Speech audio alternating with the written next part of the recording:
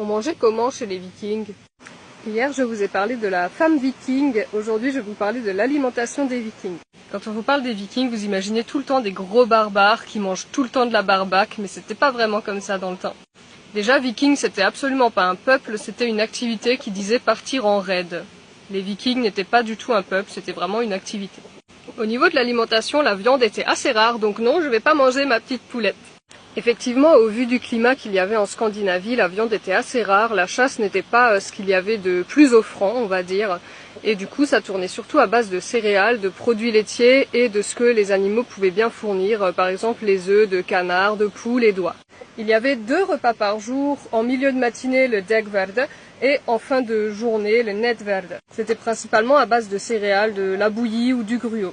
Pour ce qui était de la viande et du poisson, c'était en général des repas d'exception lors des fêtes ou des gros événements. En fait, ça se basait vraiment sur les ressources de proximité, donc ce que la nature fournissait, ce que l'agriculture fournissait, ce qu'il y avait dans le potager, ce que les animaux pouvaient donner. Mais les animaux, comme le bétail, on n'allait pas le manger automatiquement. C'était surtout pour les rites sacrificiels ou alors pour aider au champ. Au niveau des céréales, on avait surtout du seigle, de l'orge, de l'épeautre, du riz, ou encore des graines de lin qui, elles, servaient principalement à faire de l'huile de lin. Après, on avait les produits laitiers grâce aux animaux de la ferme, les brebis, les vaches, etc. Où là, on allait faire tout ce qui est à base de produits laitiers, du beurre, du skyr, c'est un genre de yaourt fromage blanc.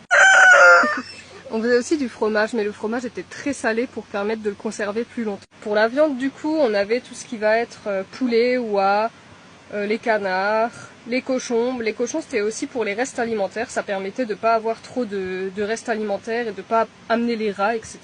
On avait la chèvre, le mouton, l'agneau, le bœuf, la vache, le veau. On avait aussi tout ce qui était animaux de la plage, donc le morse, le phoque et la baleine aussi. Mais encore une fois, c'était très rare qu'on mangeait les animaux. C'était surtout pour les cérémonies, comme dit, pour les événements spéciaux. Lorsqu'on consommait de la viande qu'il fallait la conserver, c'était conservé par fumage ou séchage. Après, évidemment, il y avait tout ce qui venait du potager, le navet, les carottes, les panais, les céleris, qu'est-ce qu'on pouvait avoir encore, les pois, les fèves, les lentilles. Au niveau des fruits, c'était les fruits qu'on trouvait en Scandinavie, ça va être tout ce qui est pommes, poires, framboises, les myrtilles, etc. Il y avait également tout ce qui vient de la mer, donc les crustacés, les poissons, le hareng, le saumon, tout ça. Qui pareil, les poissons étaient conservés donc par séchage ou fumage. Je crois que j'ai fait le tour pour l'alimentaire. Si jamais vous voulez une partie sur les boissons, n'hésitez pas à me le dire.